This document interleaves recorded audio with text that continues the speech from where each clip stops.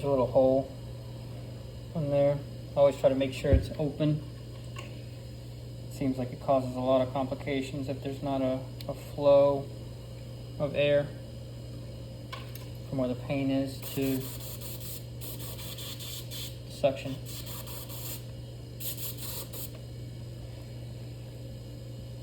So I'm just bringing in more whites. Her cloak is definitely finishing white, bright whites in the cloak. I'm gonna add some shine to the blue. I'm going to kind of separate some of these metals. Like this is a metal, metal, metal, metal. And this is more of her outfit.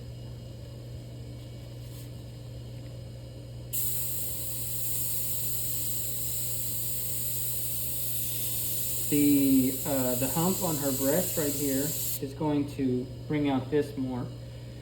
So it's almost like there's a light source coming from that way, signs of her face, signs of some of this. But the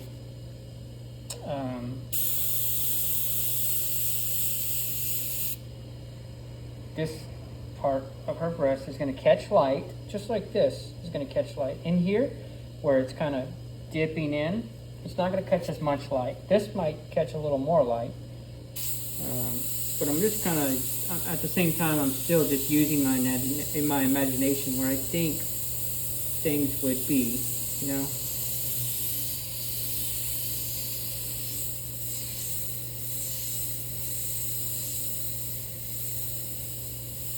Sometimes when things go behind stuff, you see how this went behind? I always try to make it brighter, just like whenever I do this. There's going to be a thin white line on this side of that. I mean, there's also going to be, you know, this whole thing is going to be kind of like, not too much, but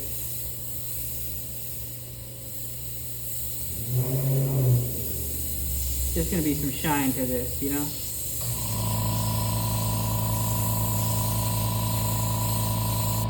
But I always put stuff on the outside, just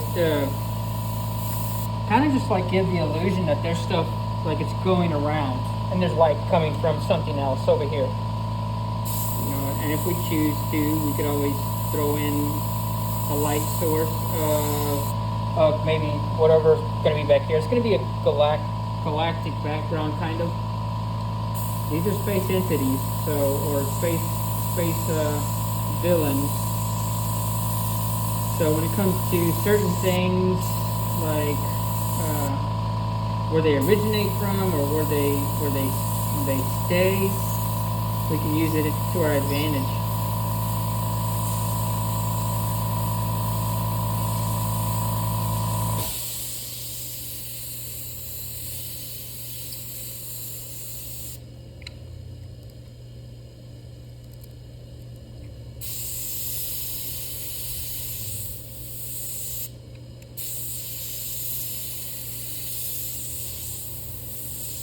I think the first time I ever realized how productive or beneficial it could be to talk to people about artwork, to teach people about art, was I was airbrushing in the mall in Longview, and I ended up there was this young lady coming in, and gosh, I want to say her name was Maria, but she ended up like learning how to airbrush, and she was a great artist.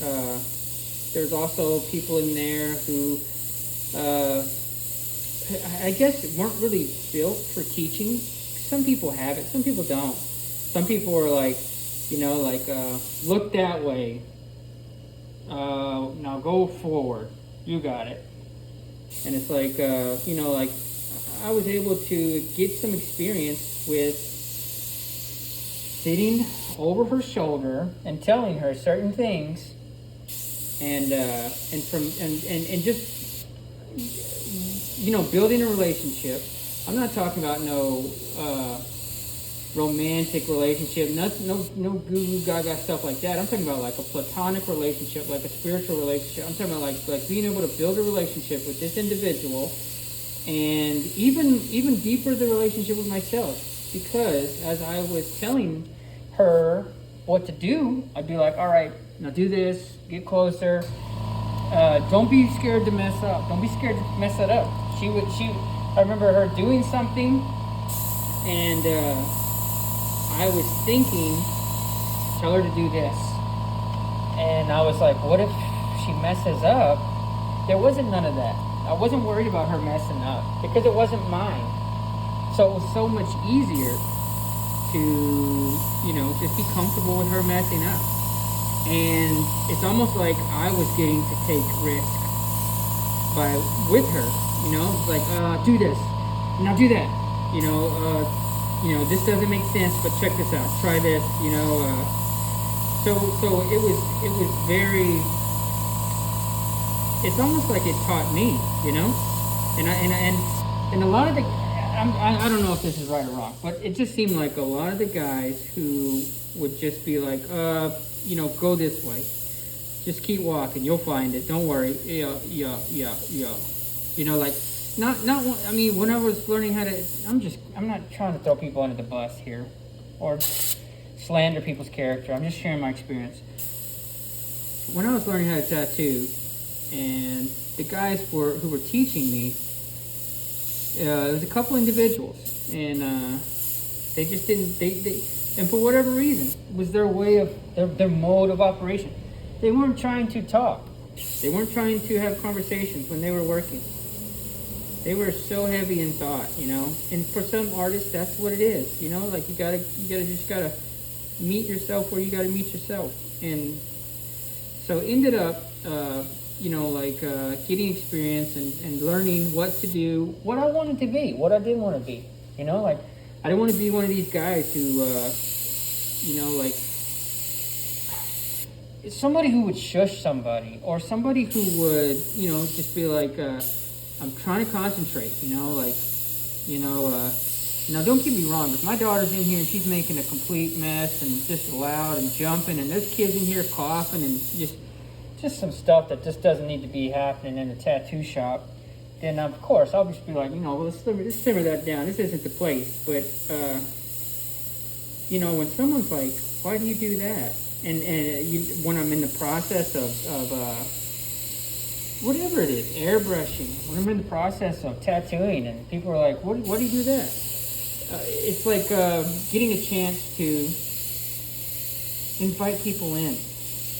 And it's just a reflection. To me, it's a reflection of not wanting people in, and not wanting to be a part of people, and not wanting people to be a part of us. So like, gosh, sometimes I feel like I'm very reluctant on who I invite in my life, but whenever I'm around people, and it's to do with art, it's hard not to just invite people in, and everybody's a part of it. When I'm tattooing, I'm giving secrets and tips and like just stuff from my experience left and right to people who are never going to pick up a tattoo machine, to people who are never going to be an artist, to people who are never going to paint something, to people who are never going to articulate, like physically the essence of their spirit, the modality of their thinking onto canvas, onto a piece of paper, onto a piece of skin, but I mean, it seems like it's a contradiction in me. Like, I love talking to people, but I don't want to talk to people. So, if I can just get all that,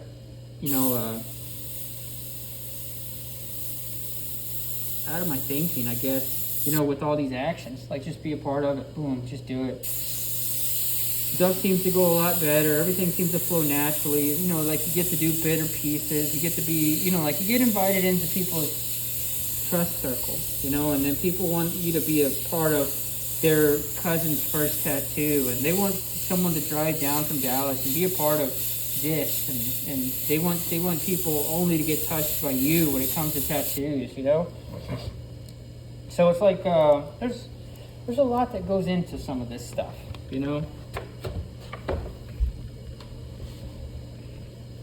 Not just the mechanics, this is learning how to do stuff is just all well and good, but being able to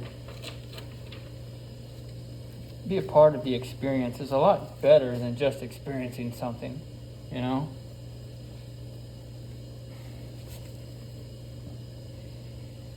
Yeah, she's got that thing popping out, doesn't she? Goodness gracious. This is apparently, you know, lady junk ribs. You can tell her ribs are here. Like her ribs are here. And this is where her ribs meet. But the way the boobs, the way that her outfit is it's kind of, it's almost like it's harnessed on that part of her, the top of her rib cage. So it's got light emulating off of it, just like this. But it's almost like just a place where that's the only place really catching some light. So it's going to be brighter, of course, you know, than a lot of the other places.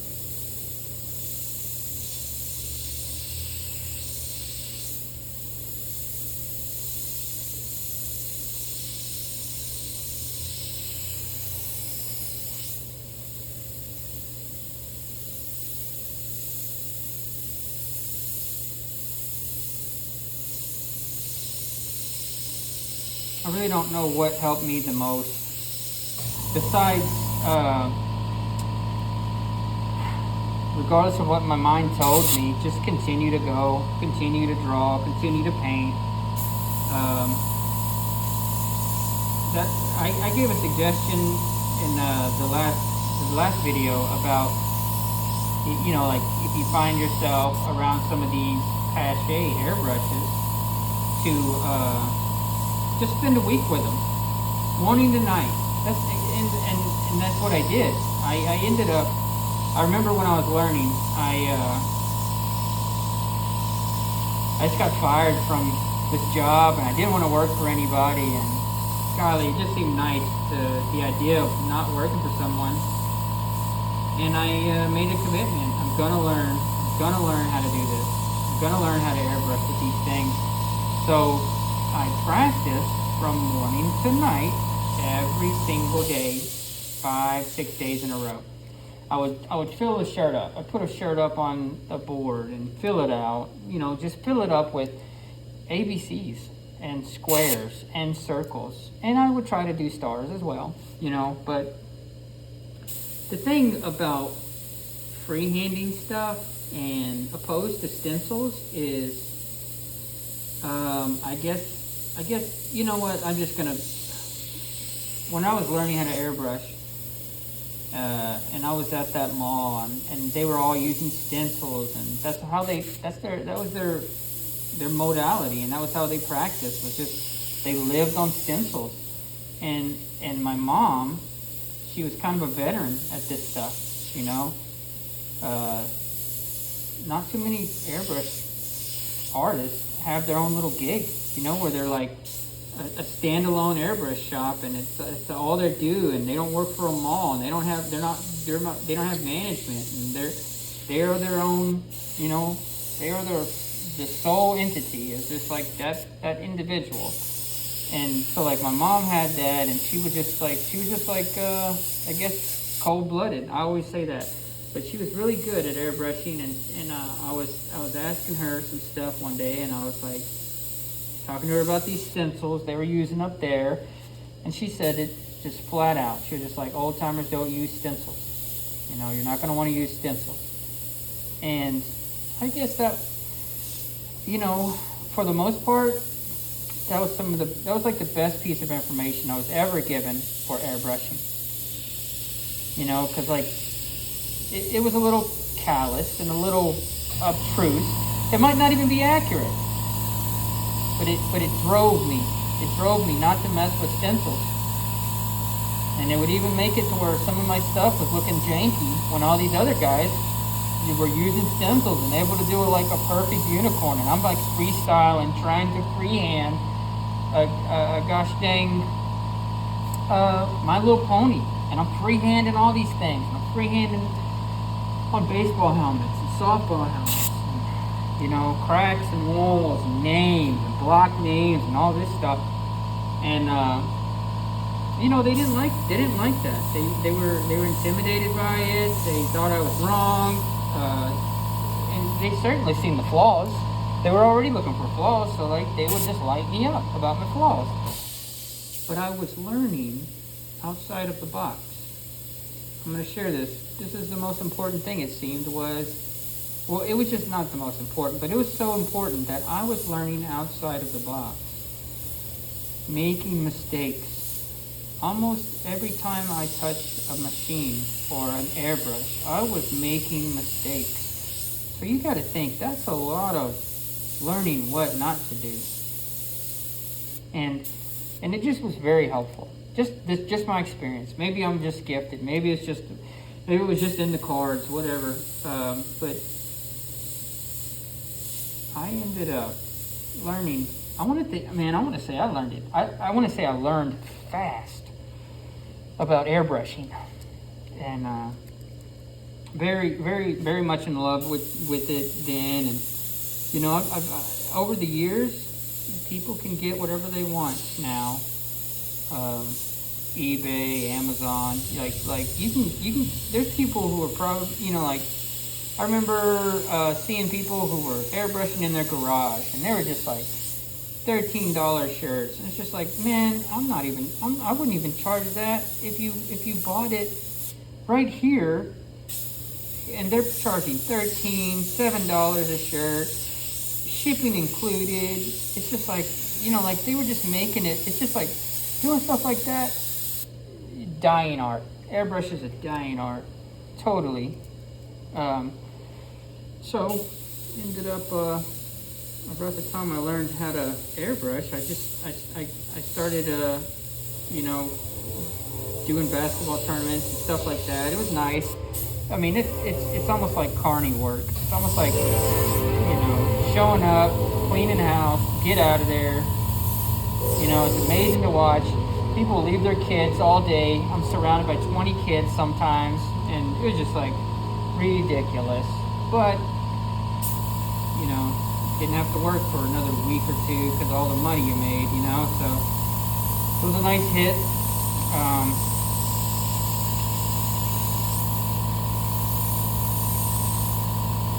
So now, airbrushing is kind of dead, and I'm just making my ends meet, you know, through tattooing. And the more I'm getting into tattooing, the more it's just like, now, you know, it's like maybe this is really something that I was supposed to be doing now. I was supposed to be doing the airbrushing then, but, you know, like, I mean, golly, like, thank God for the experience. I mean, I can just do all this freestyling and stuff. It's like, good Lord, you know, it's just like falling in love with the airbrush. It's just give yourself that opportunity. You know, like if you've never messed with one, and like I said, if you can find these old ones, these Paches from the 90s and the late 80s, golly, you found some gold. And these bad boys are just the bomb. And you might not even hear people talk about some of these things, you know, but I guess my experience is just going to speak for itself. Like I've kind of fell in love with these things, and now that's all I swear by. But people, there are some guys out there killing it, using stencils. You know, I've seen people do amazing stencil work, and to me, they weren't even really artists. You know, like I've seen people just kill it with stencils, and it's gonna happen though. I mean, people are gonna find what works for them. Some people are gonna make a killing doing shirts and use other people's designs. Some people are gonna, you know, make some of the simplest designs, 10-minute designs on the computer, and sell thousands of t-shirts just because they know what people sell, you know, or what sells. But man, myself, my experience is I've kind of struggled with sticking to what people want, because I guess I've stuck to the guidelines of an artist like to a T, to where it's just like, forms of expression, like my ideas and what I think is going to bring it to the table and what I want to see, you know. And a lot of times that don't sell. And what I'm learning too, though, is also maturity. Like some of this stuff comes with time, comes with a level of maturity, comes with being in the right place in the season, you know. I am kind of a lot more open than I was 2 weeks ago, 2 years ago, 7 years ago, 15 years ago. You know, I'm just a lot open. 16, almost 16 years ago, I believed I was not going to be able to be an artist anymore, and I believed I couldn't draw no more. You know, I was kind of cleaning up my act. I was just like growing up in a different way. I had no choice, and I believed that I was not ever going to be. I just believed I couldn't draw no more. You know, I hadn't done it for a couple of years. I've just been rocking and rolling as a youngster, a little hothead, and now it's like all I do is art. You know, and I mean, thank goodness gracious. It's just wild. It's come from a place to where I didn't believe in myself whatsoever, you know. I was just like, there's no way I'm going to be able to draw with a pencil again, you know. And 15 and a half, almost 16 years later, you know, it's like just having a whole different spectrum in the mind of like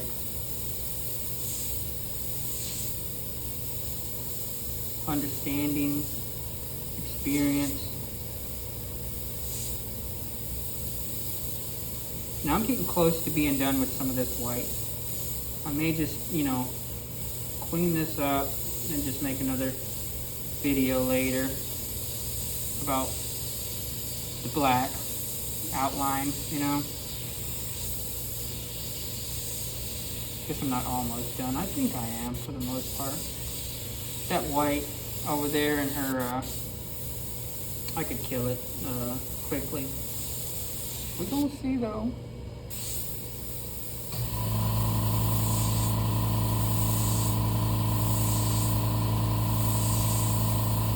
Something really cool about the airbrush too is being able to cut in these small details with this airbrush, you know, at a nice pace.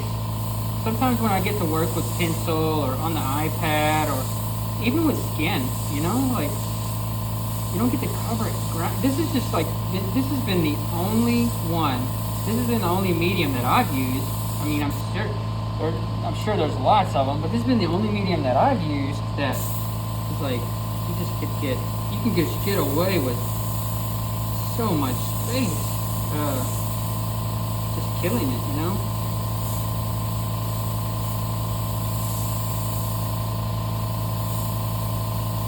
Now a lot of this, I'm gonna have to come back and just throw some black in, you know.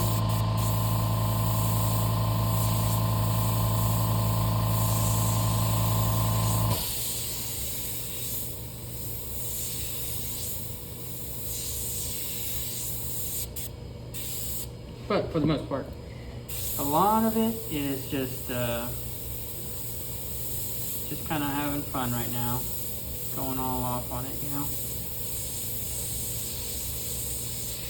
I tell you, white can be forgiving, but it can also take more than you want to take.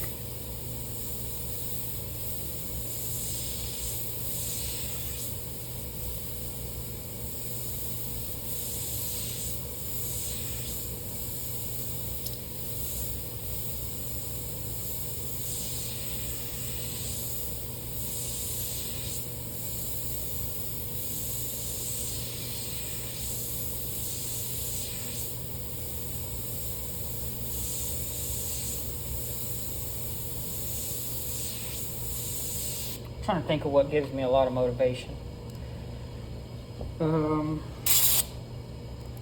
Because I guess after a while, I have to kind of remain hungry. I have to kind of remain vigilant and teachable. Because you know, it's just real easy to just, you know, okay. So my perspective on the airbrush right now is, I know I have to go at it for hours sometimes, you know, and airbrush for a while before I start feeling it, you know, and so knowing that, let me see. So knowing that, yeah, can I hit this? Let me see. Knowing that sometimes it takes a while for me to get into it, to feel the flow, and you know, just kind of get lost in it. I have to stay hungry and I have to stay vigilant. So I got to be watchful and, like I said, remain green, teachable, ever growing. So with that in mind, what is that going to look like for some? You know, like what is that going to look like for someone new? It's like doing all the, you know, sticking with some basics.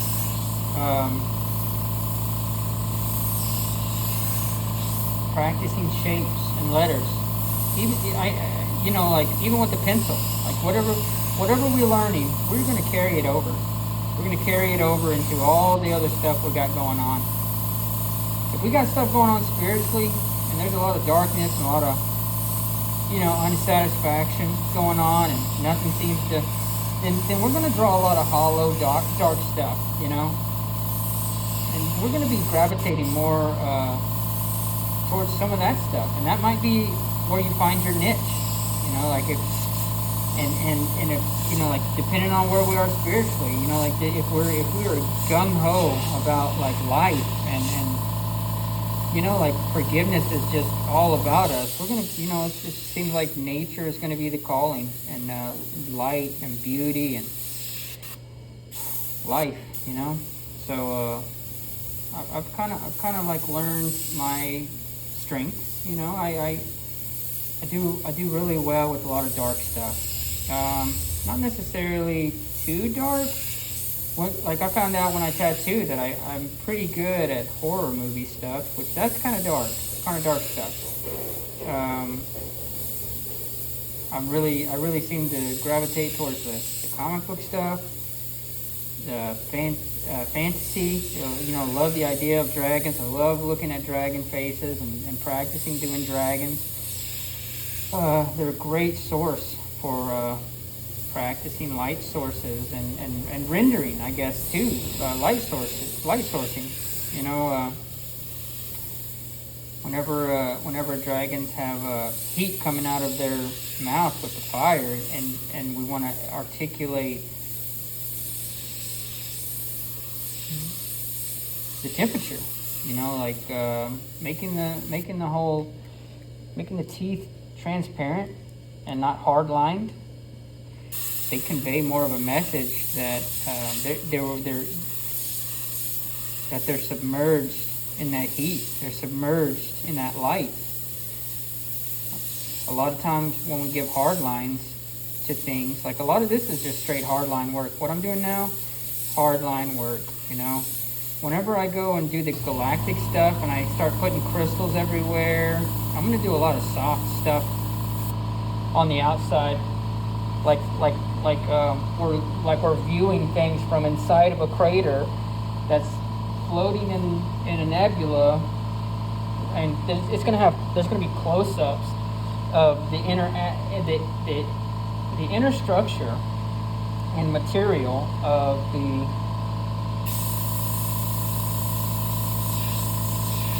rock that we're going to that's our point of view from. Our point of view is going to be coming from this rock. So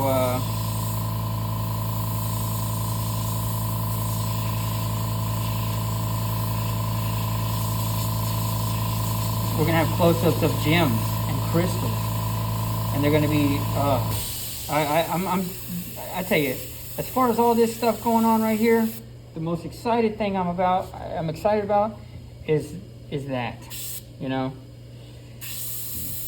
Looks like there's some blood on her. I thought about putting some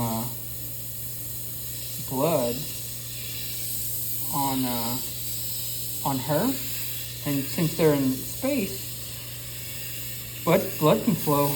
You know, no gravity, so blood can flow. I'm thinking about having blood on different parts of her floating up, like dripping, floating up, putting on her face, on her hand, on her outfit. I think I'm going to do that as a last, before I sell this ship into the sea. I'm gonna blast her with blood and make it drip up, Or you know what? Maybe not even blood. Maybe some black tar. I think that would carry more meaning than making it blood. And I don't want to mix the two. I mean, a lot of, like, you see a lot of that, and it's real pretty. Sometimes that bright red beside the black. But I think it will be more lifeless. Like these people are they're from space. So I think it will be more lifeless, less humane, less human if we did black goo. Like almost like that's the blood, is the black blood. Yeah, see this white in this thing, it's just so easy to cover such a wide area,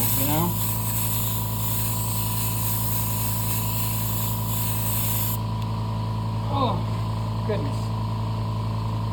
Oh, that was fun.